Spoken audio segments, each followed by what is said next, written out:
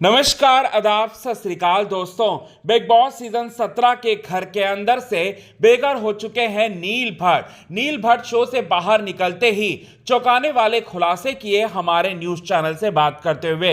आइए आपको बताते हैं कि क्या क्या कहा नील भट्ट ने अपने एक्सक्लूसिव इंटरव्यू में। लेकिन इससे पहले अगर अभी तक आपने हमारे YouTube channel quick TV news को आपने सब्सक्राइब नहीं किया है दोस्तों, तो सबसे पहले क्विक टीवी न्यूज को आप सब्सक्राइब कर लें। बेल आइकन के घंटे को आपने नहीं दबाया है दोस्तों, तो बेल आइकन के घंटे को आप जरूर दबा लें। आपको बताना चाहते हैं बिग बॉस सीजन 17 के घर के अंदर से यहां पर नील भट्ट का एविक्शन जो है वो हो चुका है। और नील भट्ट से हमने जब पूछा कि आप इतने आप फिनाले के इतने नजदीक पहुंचकर आप शो से बाहर हो गए, इस बात का आपको मलाल है या नहीं है, तो नील भट्ट ने कहा कि मलाल क्यों नहीं होगा, मलाल होगा।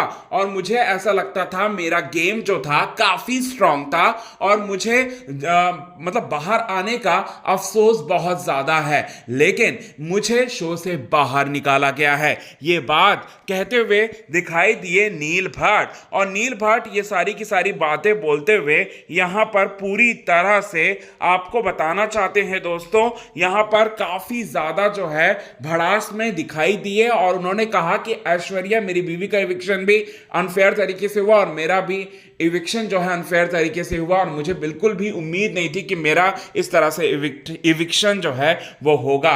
इसके बाद जब हमने पूछा कि आपका शो में कौन बेस्ट फ्रेंड है, तो यहां पर अभिषेक कुमार और मुनव्वर फारूकी का नाम लिया। अभिषेक कुमार पर कहा कि वो बहुत ज्यादा गुस्सा कर देता है, लेकिन उसे प्रवोक भी किया जाता है उतना ही, ईशा और समर्थ के वजह से। अभी जितना भी गुस्सा अभिषेक कुमार का जो है वो निकला है, वो उसके पीछे ईशा और समर्थ का ही बहुत बड़ा हाथ है। वो लोग जो है, वो दोनों लोग जो है अभिषेक को पागल बना चुके हैं पूरी तरह से शो में, ये कहा। और मुनव्वर फारूकी और यहां पर आयशा खान नाजिला वाले मैटर में मुनव्वर फारूकी का साथ दिया और कहा कि मुनव्वर फारूकी जैसा भी है रियल है। आयशा के आने के बाद वो थोड़ा बहुत डगमगाया है, लेकिन वो शेर है, वो शेर है घर का, और वो बहुत जल्द जो है वो अपने पटरी पर लेकर आने वाला है। ये सारी की सारी चीजें जो है वो कहता हुआ नजर आया नील भट्ट।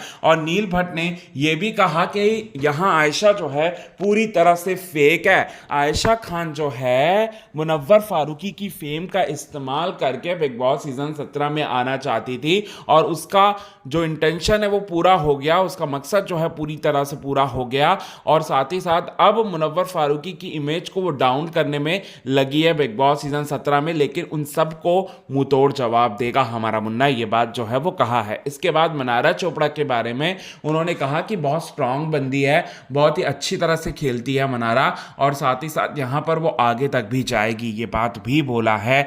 और ये भी कहा है मेरे टॉप 5 में मनारा है, डेफिनेटली है, लेकिन हाँ वो कभी कभी थोड़ी बहुत बदतमीजी कर देती है वो, और यहां पर उनका बदतमीजी जो है जायज़ है, ये बात जो है वो कहा।